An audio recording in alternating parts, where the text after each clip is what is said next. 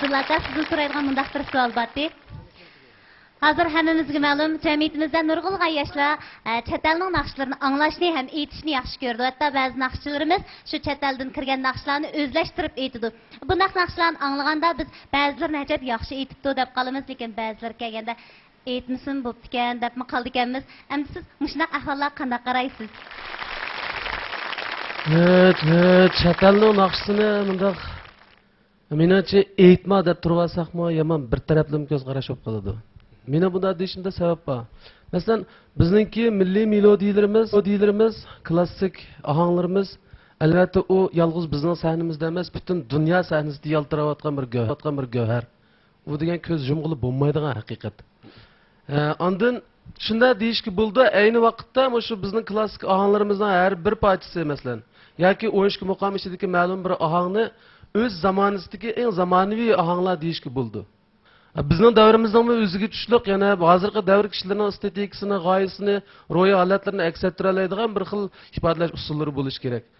Keyingilarga bizmi hozirgi zamonning ro'yini ifodalaydigan bir narsalarni qoldirishimiz kerak. Va jumladanmi yana zamonaviylik bilan shug'ullanmoqlar desa, menimcha to'g'ri to'g'ri bo'lmaydi. Yana bir jihatdan hozir ishlanayotgan ohanglar xalq tarafidan tanlanadi, shallanadi. To'g'ri.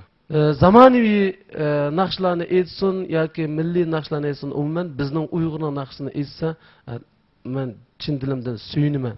Menmi shundoq.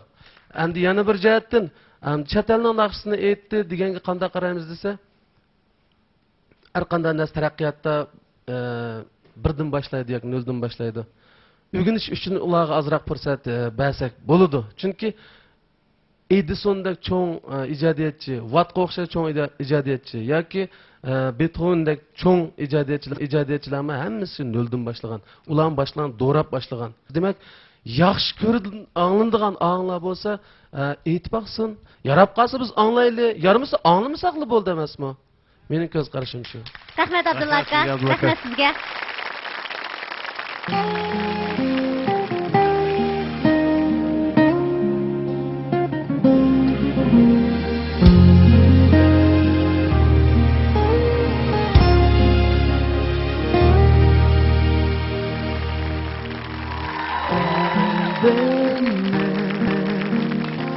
Rivayet serini bilsem yeşilsa tügünü esirge aldı beni oldu ayrılma kolum rüzgar